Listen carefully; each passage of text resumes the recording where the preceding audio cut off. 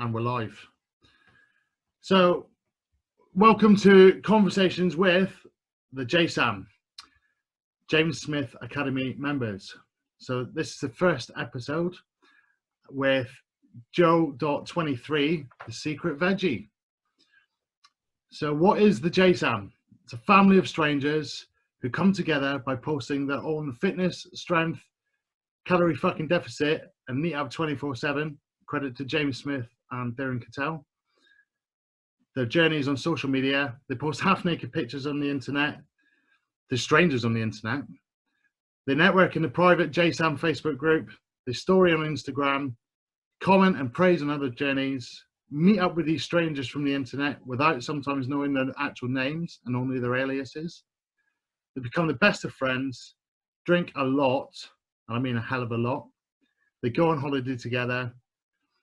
They pick each other up when they're struggling or are just too wasted to get home. They go on arranged walks. They don't judge. They fix themselves. They achieve a lot. And they insult each other over banter on WhatsApp. And for many of them, they've changed their lives. I thought that all of that makes for some brilliant stories to tell. So if you want to come on the show or want to recommend someone else, drop me a DM on Facebook at Alistair Mann, or on Insta at aman_does_weight_JSA. I'll put all of those in the description. So today is the very first episode, and I'm over the moon to welcome to the show Joe, otherwise known as the secret veggie or just veg. I'm so pleased, Joe, that you agreed to come on the episode. You agreed straight away. You gave me all of your support. And you've really supported me in lots of feedback and some of the planning that's gone around it. So I'm so excited. Let's just get on with it. So I met Joe when I joined the JSA 12 or so months ago. I joined the Bristol Locals WhatsApp group, and she was the first to welcome me along. I'd only just set up my JSA on Instagram and was already following our Insta. I joined at the end of a challenge when the meetup was happening in Cheltenham. I sat at home, just 40 minutes away, getting total FOMO. I added just about everybody from Cheltenham, from their stories, slipped into some of the DMs, and that does happen at the JSAM. And I'm sure some of the women will tell you about the good and the bad stories of that. I offered Joe an ironing board when she was in need of a new ironing board. She never got back to me. Thought that was a bit rude, but she's apologized. Just she told me when we were wasted at a different after challenge party in Bristol, she joked about being one of the most unsuccessful JSAM members. But now, though that's changed, she's a challenge winner and will soon be going to Bali with James, all as soon as COVID and our lockdown is over. She was an early adopter of the JSA, and you could say that she is a super fan. So she's a Norfolk girl, living in Bristol, a vegetarian, in case you hadn't suggest, and she does Ashtanga yoga. She recently started CrossFit. She's an academic, a lecturer of criminology, loves indie music, dances in her kitchen to the weekend, puts it on her Insta stories, posts it under #VeggieDance. She's got a dog and a cat. She's run a marathon and now writes her own blog, The Secret Veggie Waffles. She's a total inspiration, super productive, and can read a book in a day. So welcome, Joe. What did I miss? Thanks. That's a pretty good summary. What else is there to know about you in terms of, how would you describe yourself as a person? I think I'm probably a walking contradiction. Complex but simple. But I generally just try and be fairly happy and positive in life. Normally see the better side of things. So you are always smiling, so from what I see, or Not just wind, I promise. so, or it depends if it's your post workout videos or snapshots from your time lapses, then it's those lifting faces as they call it. It's, that we see on. I do have some good faces. That's been the fun of doing the Zoom workouts. Actually, is getting to see real life back in your face what you look like. That's, not a lot of people like themselves on camera, but it's good to see the funny side of that as well sometimes. Yeah, definitely. So thinking about Insta and the stories we see, I guess that's a very small snippet of your life. So maybe 3 things that we don't know about you. I think my Insta is obviously only a snippet of my life because I'm quite lazy with it and don't think my life is interesting enough to post any more than what I do. It's not an unfair recollection of it, and at the moment, certainly in COVID, it sums it up pretty well in terms of working out in my dining room, walking my dogs, and still being at work. I don't really know what else there is to do about me. I eat a lot of cake. I love cake. I can never be keto. That's it. I mentioned indie music should never be keto. Good. I'm sure that's all. You maybe didn't tick that box of being a veggie, I guess, for the JSAM, but you're behind the no keto message. Yeah, definitely. And actually, I'm quite protective about being the only vegetarian, and so that spot is filled. That spot, you've taken that goal. So, you couldn't be keto. Why not? Because if I didn't have cake and I didn't have toast, I would not be the happy, positive person I am in life. I couldn't think of anything more depressing than not having carbs. I can't understand it. Like, I struggle to eat enough protein as it is, let alone to eat mostly protein. Or mostly fat, I think, is keto. I don't even get it. So cucumber and margarine, I heard somebody having for keto one. Sounds unnecessarily complicated when actually life can be so much more simpler and enjoyable. If it floats your boat, fine, but it doesn't float mine. No. So, favourite food? Halloumi is up there. That's fresh on my mind because I had halloumi fries for tea last night. And cake, yeah. Generally, a brownie is probably the top cake, but cake pretty much in any form. So yeah, halloumi and cake. I mean, that probably summarises me pretty well. Cheese toasties, I remember. Oh yes, actually, yeah. I went to buy some fresh bread today, and I'll probably be having a cheese toastie for tea tonight. There we go. I mean, like, I'm so glad this is like a podcast about fitness and fat loss and stuff. You can see my technique. Cheese and pickle sandwich. I'm a sandwich fan. So the bigger the better the sandwich. Yeah. A classic cheese and Brunson pickle. Cheese ploughmans as well. If you're gonna buy like a ready prepared sandwich, cheese ploughmans is a fairly good. That is good, solid effort. And your crumpets this morning, they unfroze, I guess. So that was a drama. So the downside to not having a microwave is when you want to defrost something quickly out of the freezer. So I had crumpets, but they were all wedged together. So I tried to jab a knife between them. That didn't work. So good on the podcast, by the way. So the jabbing the knife between them didn't work. So then I was desperate. I just finished CrossFit, so I was starving. I needed food. And my colleague yesterday was telling me about peanut butter on crumpets. And so I put crumpets in my mind, and then I found some in the freezer. And so anyway, I tried to defrost the crumpets by putting them above the toaster and putting the toaster on. But it didn't really work. So I nibbled a bit of half frozen crumpet. Then I was like, no, I need to be patient. So I walked the dogs and left the crumpets out. And when I got back from walking the dogs, I was able to finally toast and eat the crumpets. So why no microwave? I don't have any particular, I know some people are a bit funny about microwaves and stuff. That's not my reason for not having one.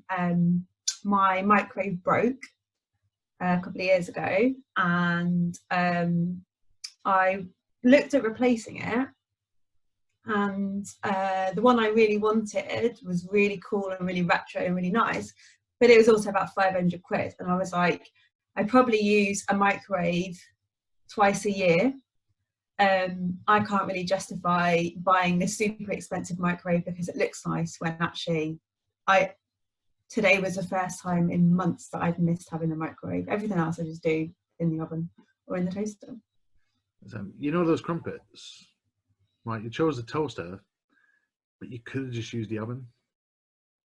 That would have took longer. Well, in hindsight, after I spent that long trying to defrost them, you are right. The oven. It's not a crumpet podcast. I was trying not to cook all the crumpets because the plan. I mean, I ended up eating all 4 in the end, but the plan was not to eat all of the crumpets. I was supposed to only eat half of the crumpets. So yeah, you know. Never mind. So, I'm sure that the shop will have more crumpets. And then indie music. So that's your obsessed. Good way of putting it. Favorite band? We Are Scientists, without a doubt. And how many times have you seen them then?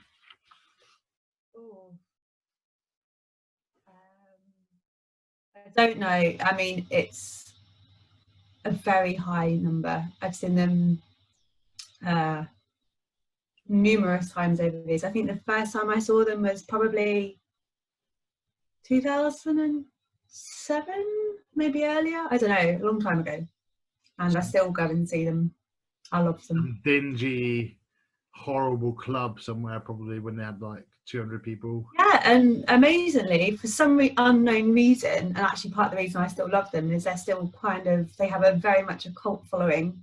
So they still play in dingy, small venues,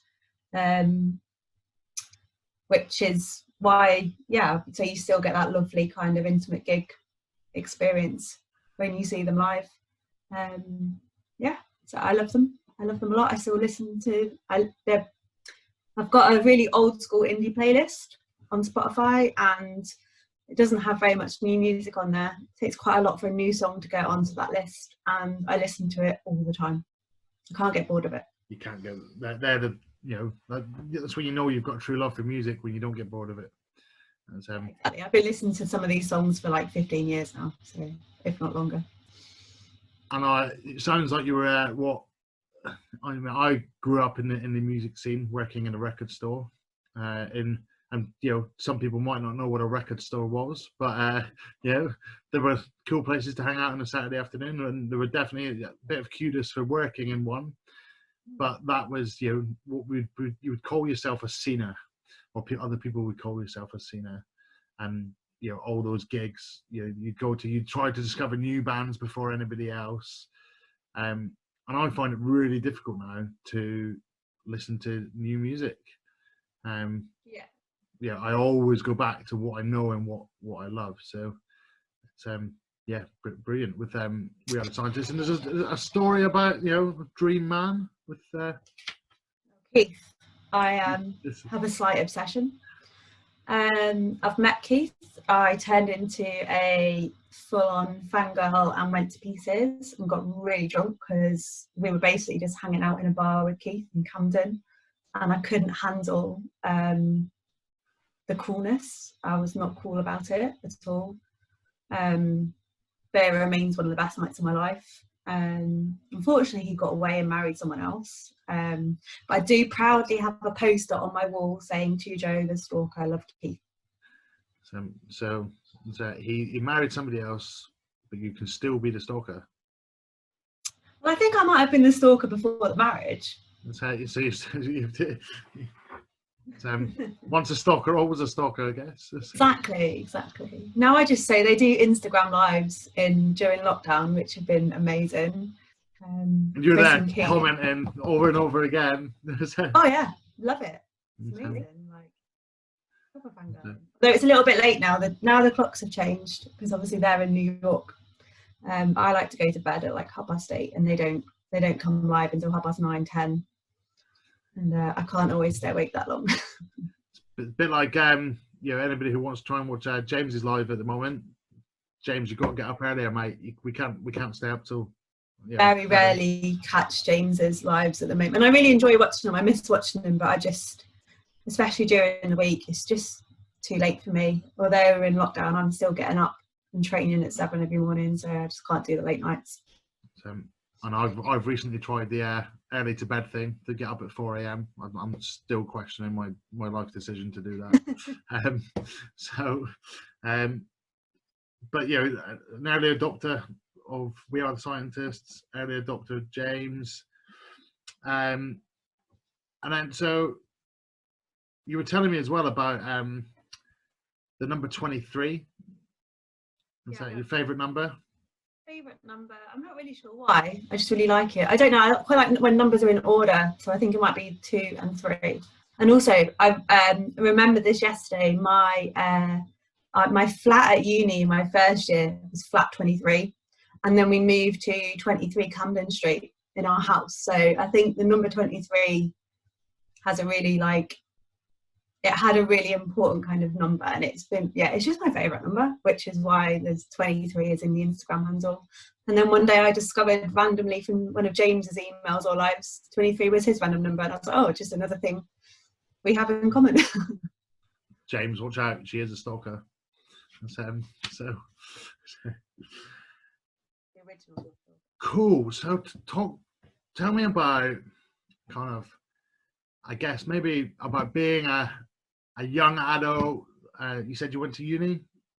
And, what was that like? Where did you go to uni? So you grew up in Norfolk, right? So so I grew up in a small town in Norfolk, always knowing that I wanted to get out, and that education was my route out. Unfortunately, I was a terrible A-level student and didn't get especially good grades for my A-levels. In fact, I missed one of my sociology exams because I was watching the live stream of Big Brother when it used to be on E4. Thought the exam was in the afternoon, went into college in the afternoon to sit my exam for what was my strongest subject, and realised the exam had happened in the morning. So my strongest subject I ended up getting a D for, and luckily I'd made the decision to go to a university which had a very good course but had quite low entry grades. So I didn't have to go through clearing, and I actually got my first choice university because I had played safe, and my first choice university only required 2 Ds to get in. So I got in. So that was Teesside University. What did you study? So I studied criminology because I didn't really know what else to do, and I was kind of interested in social science and issues to do with crime and society, and kind of, I suppose that reflects now in terms of some of the stuff I do and the way I think about things in terms of the critical social science kind of an analytical way I kind of think about things. So I went off to study criminology. Absolutely loved it. Hence the kind of path which just accidentally became where I am now.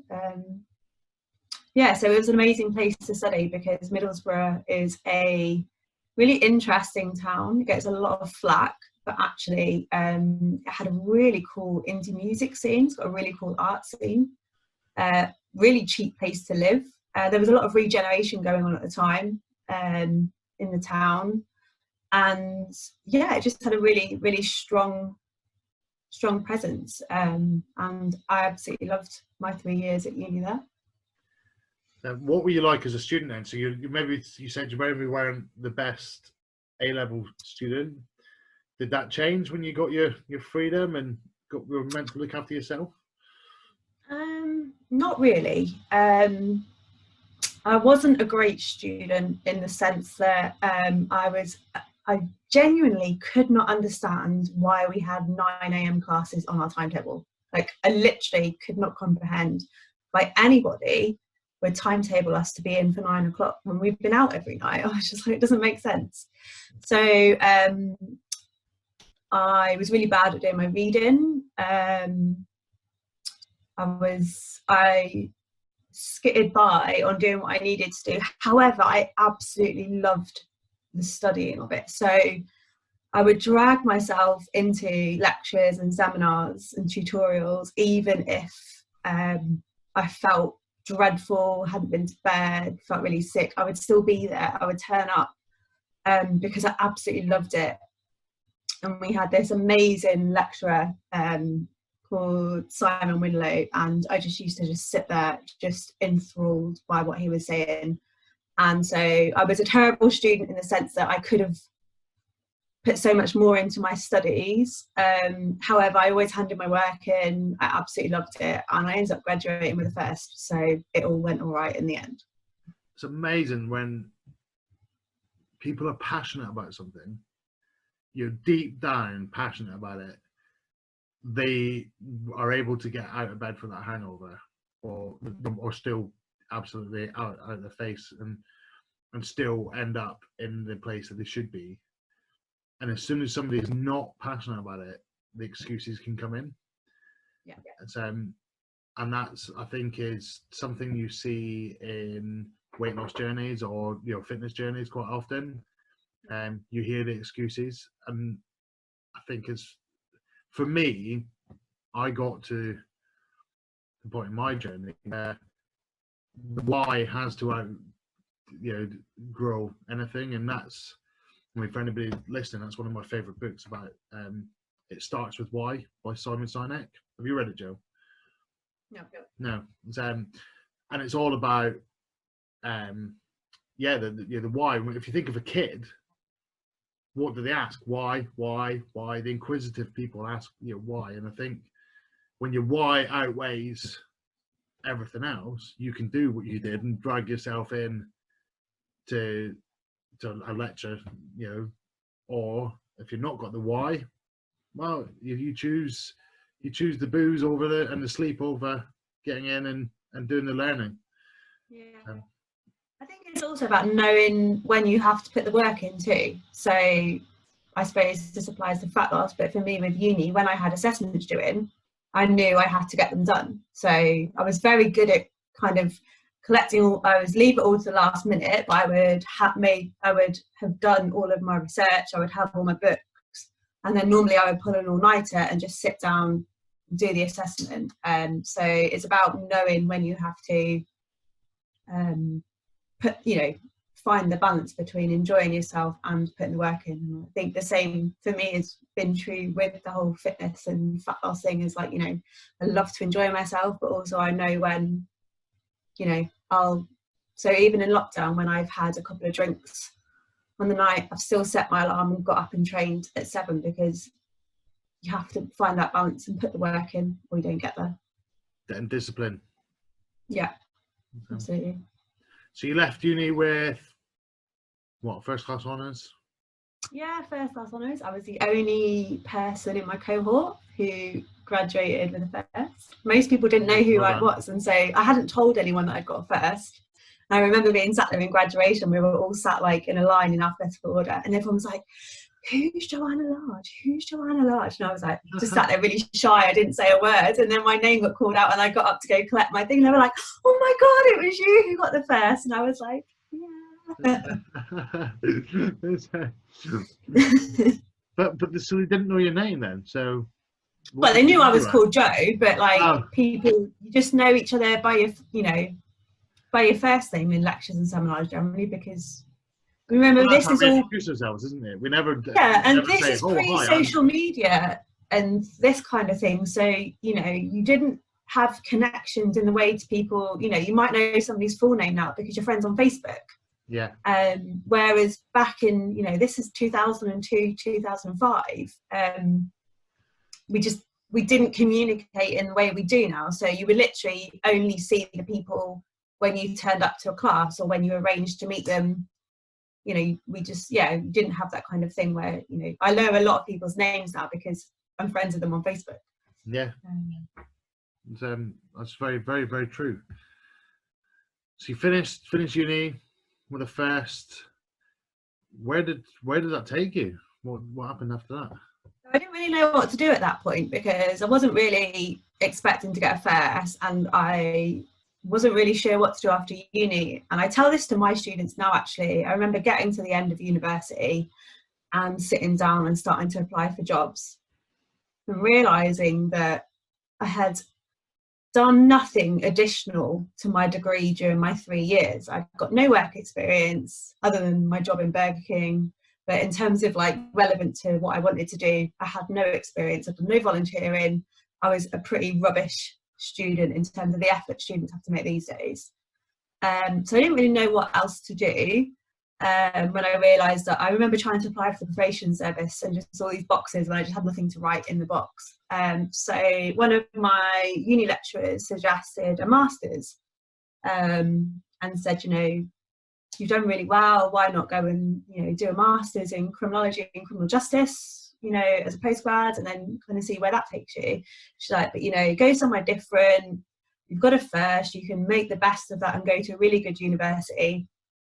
So I ended up putting a last minute application in for the University of Leeds to do a postgraduate in criminology and criminal justice. So next thing, me and my boyfriend at the time were packing up and moving to Leeds and kind of continuing the northern theme and going from there. What's Leeds like as a place? And I've been there a couple of times on business. It seems to have, what I've heard, it's changed a lot over the years. It's certainly very different. I've not been back that many times. So I was there I think I was there about 5 years. I ended up staying in Leeds to do a PhD after the masters. It was an amazing city, again, really strong music scene. So it was kind of perfect for, if you're into indie and kind of alternative stuff, I was there in the glory days of places like the Cockpit and stuff like that. So any kind of old school Leeds people will know these kind of, the nightlife was amazing for people who are into kind of indie alternative style music. So it's an amazing city to live in. I absolutely love living in Leeds. From what I remember, it felt quite like Bristol in a way, like that strong music scene and the canals. I think it's one of the reasons I love Bristol. I never ever thought I would move back to the south of England again. I obviously have a massive affection for Cardiff, but I never thought I would live in a southern English city again. But actually Bristol has a very northern feel to it in many ways, and so it's got that really nice kind of arty musicy vibe and loads of green space and kind of very similar to kind of the northern cities I really liked. I think I always describe Bristol as being quite European, that it seems to have it's like districts. So there's like the university area, and then there's like the centre of town, there's a shopping area. They're all quite separate areas, and I think that's quite a European feel. Definitely, it feels quite different to many other southern UK cities in particular. I think. Okay, cool. So you mentioned Cardiff. Is that post Leeds? Was that? Yeah, so Cardiff was an interesting one. So I'm someone who runs away from problems and doesn't deal with things, and that theme continues in my life today. But so Cardiff was, so I lived in Leeds for a few years, really happy, ended up having quite a horrible breakup relationship, and went to Bali because I still go to Bali as this was back before Instagram was around, so I know everybody goes to Bali now to heal because the Instagram influencers do, but in the olden days, the backpackers used to go to Bali, and it was a very, very different place to the Instagram Bali we see today. But I still always will love Bali because of what it did for me in those early days. So yeah, popped off to Bali with my sister because I was feeling like utter shit. My PhD funding was coming to an end, so I knew I needed to find a job to finish my PhD. I had some writing up to do. Obviously, the relationship breakdown had taken its toll on getting my PhD done. So while I was in Bali, a job came up in South Wales. So I decided to apply for it. Just a 10-month position. Got a phone call a week later while I was still in Bali, inviting me for an interview. And I mean, I was really unconvinced about getting the job, to the point where the interview date clashed with Glastonbury, and I was just like, well, I can't go to the interview, I'm going to Glastonbury, I'm the driver. I'm the driver. Much to the amusement of the HR lady, who was like, well, don't you want to come for the interview? The panel think you're really, they're really impressed with your application. And I was like, oh, well, I suppose I can make arrangements. And so I grudgingly agreed to go to the interview for this job. And it wasn't arrogance. It was pure, like, I was in that much of a hole and I just didn't have any confidence that I would get the job. So it just seemed like a unreasonable thing to do, was giving up the Wednesday of Glastonbury to go for a job interview. So anyway, I managed to convince somebody else to be the driver down from Leeds, and arranged that the HR were brilliant actually. They put my interview first in the afternoon so that I could be the first candidate to be interviewed and then go straight to Glastonbury from the interview. So I did my job interview, I literally went to the toilets, put my festival clothes on, put my job interview clothes in a bag, and I went to Cardiff Central and got the train to Shepton Mallet. It was while I was cracked open the cider on the train. It was while I was on the train, the very loud, noisy train to Glastonbury, full of everyone. Basically, everyone on that train was going to Glastonbury Festival, and got off the job. And so that was 10 years ago this summer, and that was so next thing, a few weeks later I was packing up my life in Leeds,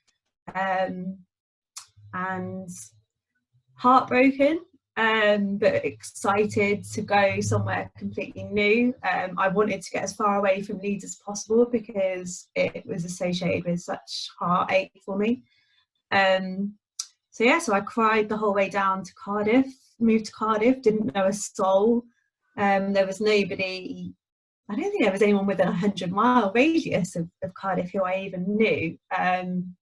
Got myself a little flat just near the Millennium Stadium. Set up life in Cardiff. It was pretty tough at first. I was in a very bad place. Crying, I think I cried for 6 months without stopping. Felt very very miserable. If I'd have probably gone to the doctors, I may have been kind of officially diagnosed with something, but I was in a very bad way. I was cutting myself off for my friends, really unhappy. I lost quite a lot of weight just through being heartbroken. It wasn't kind of planned. I wasn't particularly big, but I'd got a bit podgy at uni, as you do when you live in the unhealthy lifestyle. Empty calories. A few very, very amazing friends, and my sister were my saviours in that time, who persisted with me being the worst person in the world. So anyone who knows me now knows I'm not very good at replying to messages. Sometimes that's down to just forgetfulness, but also when I'm not having a good time, my usual thing is to disappear off the face of the planet, and that's what I was doing at that point. And it was a lot easier back then because we didn't have the kind of communications, WhatsApp and stuff didn't exist, and we still texted each other and called each other, and so it's quite easy when you're a long way from everyone to kind of shut off from it. It was just really painful to remember my previous life. So a few very persistent and amazing friends made loads of effort, came over all the time, and just tried to keep me going. And I think now that's why I'm quite sympathetic with people who disappear into a hole, and I don't want to write them off because I know what it's like, and you just need somebody just to kind of give you a space, but also to just not to give up on you, because Absolutely. my friends didn't give up on me, and they could have done, because I was a shit. And that's so important, like now, isn't it? That especially with this week being Mental Health Awareness Week, is to recognise when because I do it, I go quiet now and again. And you read the message, you look at it, and you go, and you don't mean it, but you're like, off, it's like, leave me alone. And you need that person to come back again a couple of days later, and a couple of days later. Yeah. And then when you respond with one line, you need them to come at you again. And we need to remember that when we're trying to contact people, sometimes change the way that you're trying to contact them. Just go and tap on the door if you can, pick up the phone. And we've done it for each other a couple of times where we've just picked up the phone and gone, "Are you all right?" And sometimes you're like, "Yeah, I've just gone quiet." And other times it's like, "Actually, no." And whether you signed off to that person, when you come out of that space, you realise that was a really important little bit, just to remind you there's an outside world and that people care about you, and it might feel like it's doom and gloom today, but it might not be tomorrow.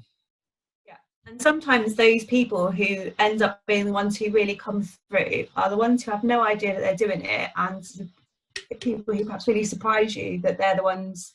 And that's not a slight on other people or friends, but it's just, I think it's really important just to not write people off because they don't reply to you or they might be challenging. And it's just worth, sometimes there's a balance, you don't want to be bugging someone all the time, but sometimes you just have to keep pushing, because you might be the only person in that person's life being the one who's just pushing.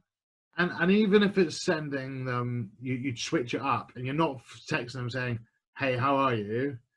It's a meme or forwarding on a joke or something like that, just to just a bit of nonsense, just so that person knows they're not being forgotten about.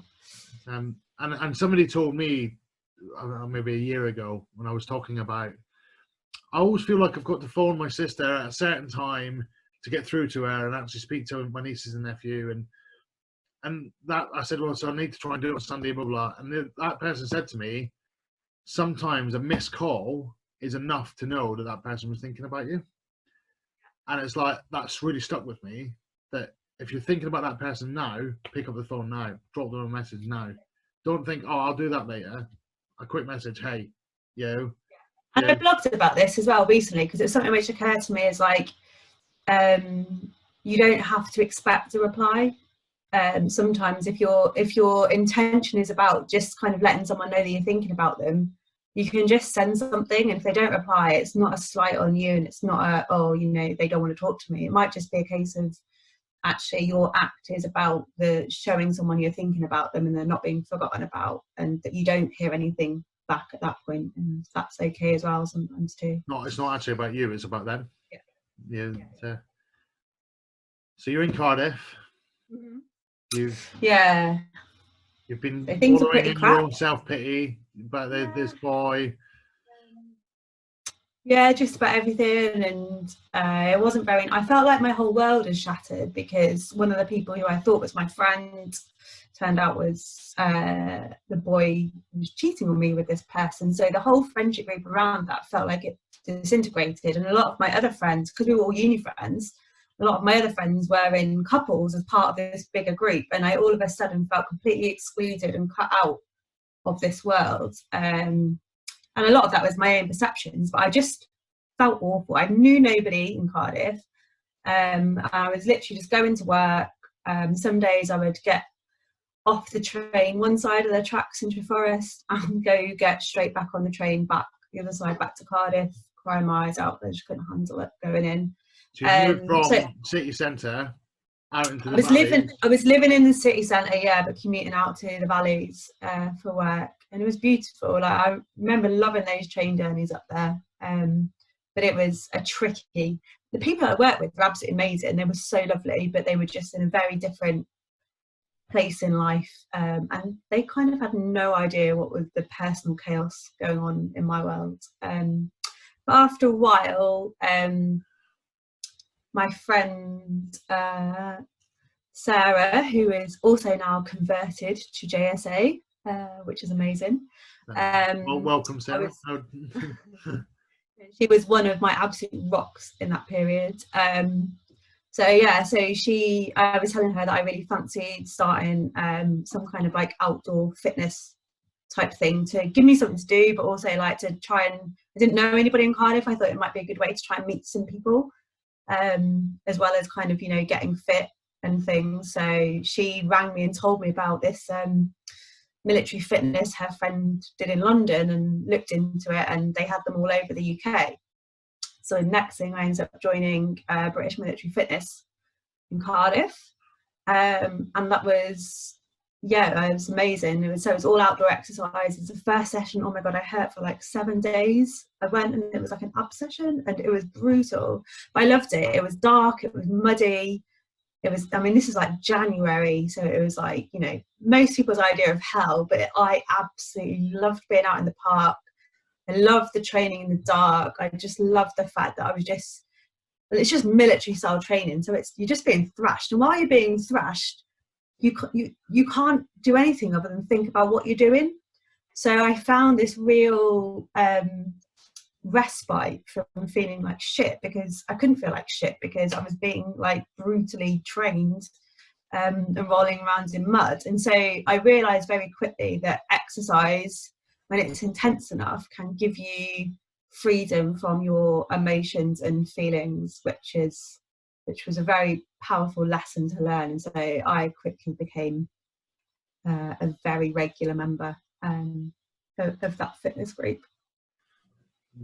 You like the hard, you know, beastings, then, do you? I think so, and I think this is why I've absolutely taken like a duck to CrossFit, because for me, I enjoyed for a long time kind of doing my own stuff in the gym with my JSA program. It was really good. It helped me achieve goals. But what I was missing was the competitive kind of group element of training, because actually, like, you might not get as much from that in terms of achieving, you know, kind of specific training goals, but I get so much from that in terms of like my mental health and well-being. So I don't have any particular, you know, physical training goals. Actually, for me, exercise is about, you know, doing things I enjoy and kind of the community feeling and all of that. So yeah, I think the movement to CrossFit makes a lot of sense when I think back to the role of military fitness. I think that's partly why the academy works so well, because you've got that, you're doing it by yourself, but you've got this community around you, and we do meet up and we all become good friends. But you don't have, because lots of those friends you meet up live in all over the UK. They don't all live locally, and even when we live locally, it's, sometimes we don't hang out, as you know, because we're all living different schedules and things. But when you go to a group, you know, class, then you get that same feeling. And like a CrossFit, or, you know, if I go to like spin class, you know, yeah, James, I go to a place to sit on a bike to go nowhere. But yeah, there's an aspect of that being about community and, you know, and social. And sometimes they're the people that you meet, the same people at the same class, you know, and you can become friends. And then you said something about that BMF, and about all you can think about is getting this done. You can't think about other things. Yeah. And that's what I describe running like that. Yeah, absolutely. It's so hard. People say, don't you know, God, I couldn't do that. You have loads of time to think. You don't. All my brain is doing is thinking, breathe and move those legs. And it's like those things are really taxing on it right that time, that the brain is going, we just got to keep them alive. Yeah, so Yeah. he's made this decision. He's going out and he's doing, you know, a 10 kilometers. We wouldn't do this, but he's doing it. I've got to keep Yeah. him alive, and that's all the brain is engaged on. So it's a chance to, you know, let things go. So yeah, I agree that exercise is about that sometimes. Sorry, I kind of just jumped all over your story there. So you've gone to BMF. Yeah, I'm also the BMF stuff was good because it meant I met people. So I got really brave one day and asked a girl who used to walk home the same way as me, very nervously said, I don't have any friends. Would you like to go for a drink with me to the pub? So I lived opposite a pub, and I was like, can we go to the pub one night? And she said yes, and we went for a drink, and we sort of became friends. We used to walk home together, and we became friends. And then one night there was a social arranged, and we were going to go to the social, and at the last minute she wasn't able to go anymore, and I was all ready to go, and I was like, you have to go by yourself, you can't use this as an excuse not to go.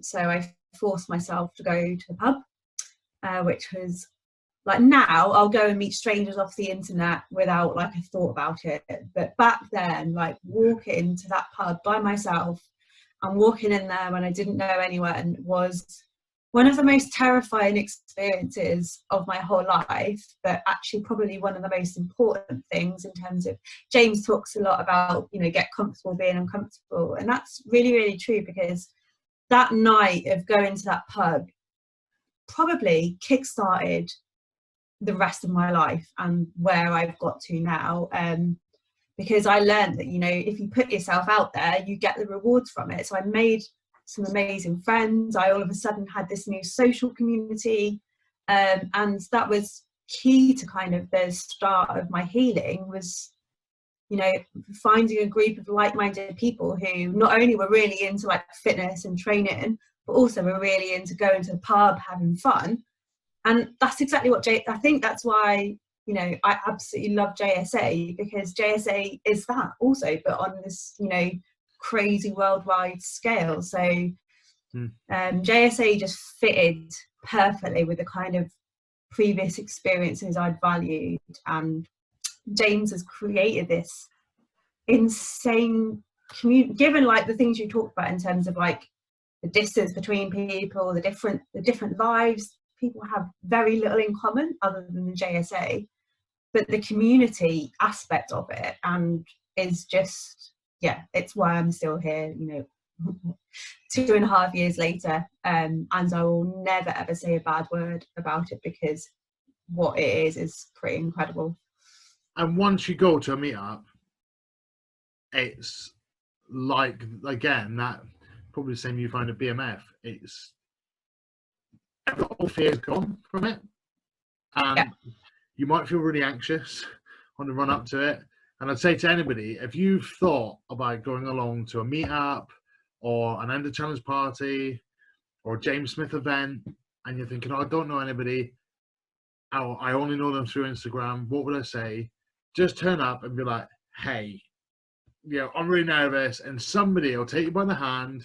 They won't let you go over your all night, and they'll introduce you to everybody that they know, and and you'll have probably one of the best nights of your life. You know, because so I read something the other day that I found really interesting. You know, everything you've ever wanted is on the other side of fear, and I think that's, you know, some good examples of that. You know, you just got to step over the line. Yeah, I think, you know, the thing with the meetups with JSA is everyone. There was and I know it must feel really daunting now to people who join, and see a lot of us who've become very good friends, and, you know, all like, oh, we did this and we've done this, and I understand why people would feel daunted by going into that, but we were all those people who had to walk into that room for the first time not knowing a single person, and so everyone has got that experience, and so I think everyone's very mindful to that and would never want anybody to feel unwelcome or excluded, and kind of, so I think you have to, but if you want the full experience, you have to put yourself out there a little bit. I remember my very first post on the JSA Facebook group, and just after I joined, and you know, again, it was a different kettle of fish back then. I think there was less than 3,000 members of the Facebook group. There's what, 21,000 now, so this is, but I remember sitting there and I joined and I was like, right, the first thing you need to do is to get over this and don't be a lurker, just say hello, you know, just introduce yourself, like, and I sat and typed out this post. It wasn't anything particularly big, it was just like, hi, my name's Jo, I've just joined, you know, I want to try and, you know, I've already lost a little bit of weight just from watching James, you know, but kind of I'm see the value in this, and I kind of decided to join properly for the original Bali challenge, which was the second ever JSA challenge. And I remember it took me about 10 minutes to press post, and I was shaking and I thought I was going to be sick.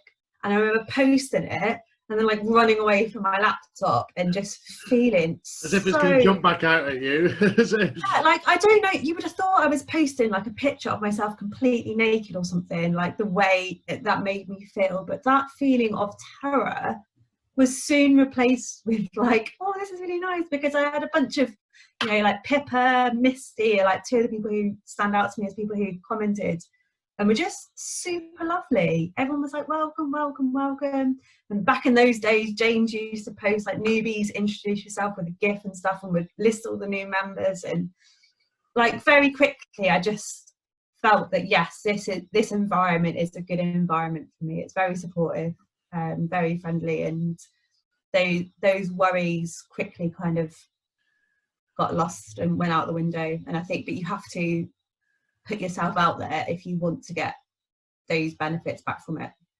Yeah, I went in being a salesman, right? So anybody who doesn't know me, I've been in sales since I was 3, because that's what my dad would say.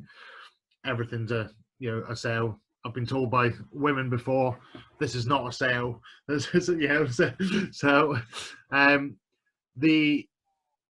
But I went in with the other attitude of, I'm gonna get in here.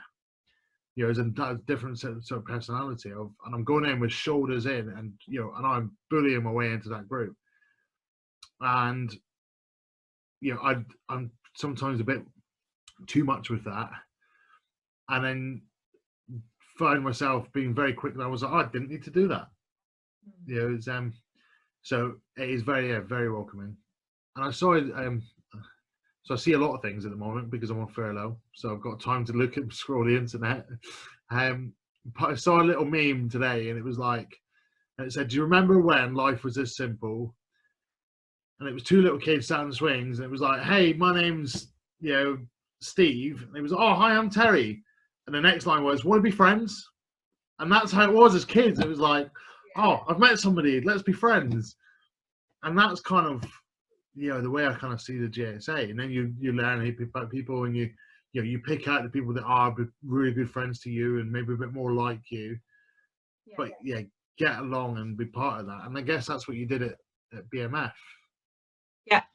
Yeah, it was just being part of it, and it became a fundamental part of my life, similar to JSA. Like, my friends in Cardiff were all either, if they were longer term, if they weren't from BMF, they were often through people I knew through meeting at BMF. So some of my very close friends now are actually friends of that girl who I initially made friends with. You know, she took me into her like school friendship circle, which was an amazing thing to do. So I very quickly settled into life in Cardiff just because I met some amazing people. And the same thing happened, you know, with JSA 10 years later or 8 years later. Yeah. But because you'd had that experience, it was maybe you noticed those similarities. I kind of remembered. So pre-JSA, I had, so I guess kind of like after Cardiff, I ended up leaving Cardiff a few years later because I was working fixed term contracts, and a job came up back at Teesside Uni where I'd studied, but it was a permanent job. They're not that easy to come by, and it was kind of a job which was perfect for me. And I was single. I was kind of living the party lifestyle and all the rest of it. And I was like, do you know what? Like, I need to prioritize my. I was also about to turn 30. I was like, do you know what? Actually, I need to prioritize my career. I'm going to go move back up north for this job. And so I did that, and it was an amazing job and an amazing opportunity, and I definitely wouldn't be where I am today without that. But it was also the kind of unraveling of the positive aspects. I think basically what had happened while I was in Cardiff, I hadn't really dealt with the relationship breakdown. I basically partied my way out of being sad, and was living a lifestyle of binge drinking, binge training, and doing a lot of neat without really realising I wasn't eating enough. So I was in quite good shape because I was training 5 times a week. I was walking miles because I was walking to work. I'd walk home from work, I'd walk to training, I'd train, I'd walk home, I'd get showered, I'd walk out into town, I'd go out all night, and then I'd walk home. And so without realising, I was in a calorie deficit and I was doing lots of neat up 24/7, but I didn't understand those principles at the time. So I didn't really understand, why I was in good shape. And so I think what happened was when I left Cardiff, I really struggled with leave. I didn't realise the impact leaving was going to have on my kind of mental health in terms of coping with living in a very busy city. By this point, I'd found yoga as well. So I was yoga, BMF, had a really good social group. And then to move to a town where I had a couple of very good friends who were amazing, but I wasn't they were in a different life stage to me. They were married with young children. So I loved spending time with them and theirs, but there was no yoga, there was no boot camp, there was no kind of city lifestyle, which had been so important to me. There was no other kind of single people my age who I could socialise with, and I found myself working really long hours but not really having any positives, and kind of descended into a bit of a spiral of unhappiness. Made your life very narrow. Yeah, and piled loads and loads of weight on, because I was eating badly, not really understanding the impact of eating that much, what it's like. You're eating too much, but you don't really understand that you're eating too much. So you try a diet and then that doesn't really work, then I was getting into that cycle. I was going to the gym, but not really getting anywhere. I couldn't understand why I was going to the gym 4 mornings a week, but yet getting progressively fatter, I guess, kind of was. And I just felt really shit a lot of the time. So you've moved upstate from Cardiff, back to the other side of the country again, and the other, north, west to east. So back to the northeast, every direction you can move. So I decided, I had a really good job, and although it was really hard work and work were quite brutal to me in terms of my workload, I knew that I wasn't going to give that job up for just a crap job somewhere else. But then my sister separately had moved to Bristol. We decided to buy a house together, and I was going to rent my room out, just to help us get on the property market, kind of thing. I knew I didn't want to stay in the northeast forever, but I wasn't prepared to leave my job. So for 2 years, I then commuted Bristol to Middlesbrough every week, and I lived with some amazing friends when I was up north 3-4 days a week. But obviously the nature of living and working a 600-mile round commute took its toll on my waistline in particular, because I can't believe that lifestyle I did for 2 years, when I would get up on a Monday morning and I would be in the car for 3:30 in the morning. I would then drive to Middlesbrough from Bristol, get there for about 8:30. I would then do three or four long days in the office, because I didn't want to be seen as the person who lived far away and wasn't available. Had a full teaching schedule, so I'd often be there. I used to teach on the master, so I'd often be there till 8-9 at night. get home, get up again at 6 in the morning, get up, go to the gym, go into work, and then drive back to Bristol on the Thursday night. So the time I was in Bristol, I'd moved to Bristol, but I didn't have a life in Bristol. So I didn't really feel like I lived in Bristol, because all I would do is come here and sleep and recover. Then it would be time to go back.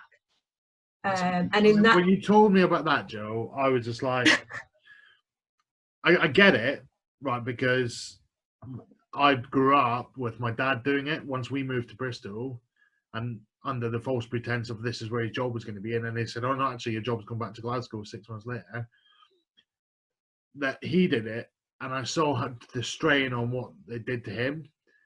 And you know, he'd get home at weekends, and it became about running around after the family, sleeping, and drinking as much brandy as he could.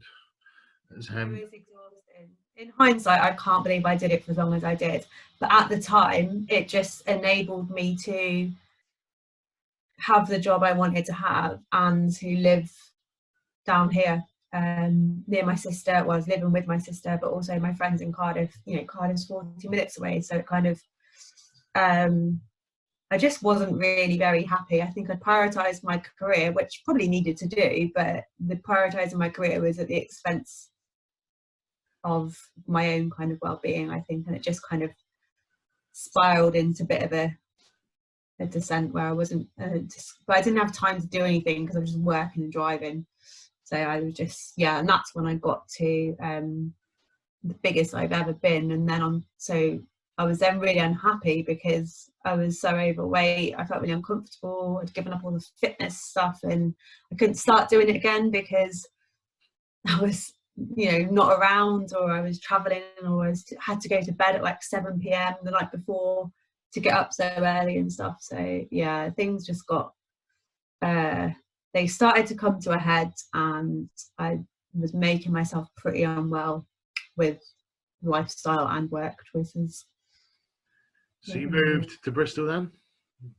Yeah, so I was living in Bristol, and then I randomly, when I least expected it, a job came up where I work now, which was a new job, a new post, a new degree.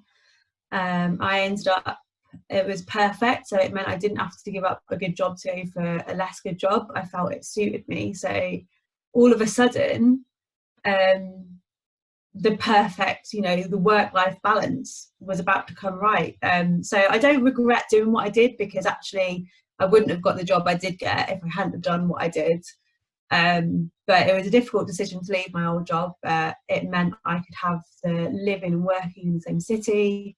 And all of a sudden, so as soon as I started that new job, I was like, right, I've got the time now, what I need to do something about how I feel about myself and sort my personal life out. You know, my work side is fine, so now I need to put the energy into, you know, making the best of the fact that I've got evenings, I've got weekends, and I've got this time. So that was kind of, and that summer, so I was in another relationship by this point. It had been a tricky start. It was an international relationship with for a period of time involving trips between Sydney and Bristol, which was challenging.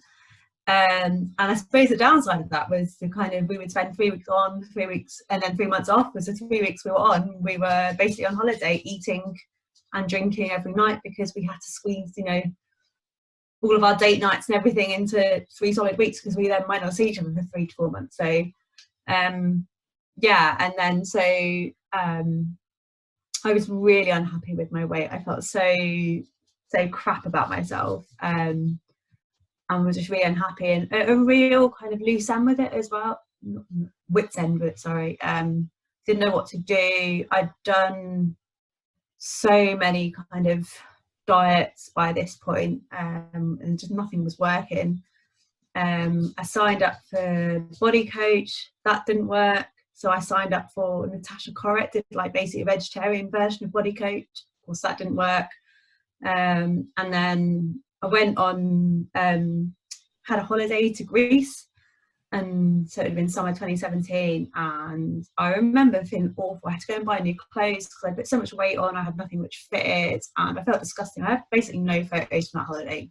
But before I went, I did a 7-day crash diet. One of those, if you Google how to lose a stone in a week, Don't eat. basically, yeah. And I somehow, I don't know how I managed to do it, but I somehow managed to not eat for a week.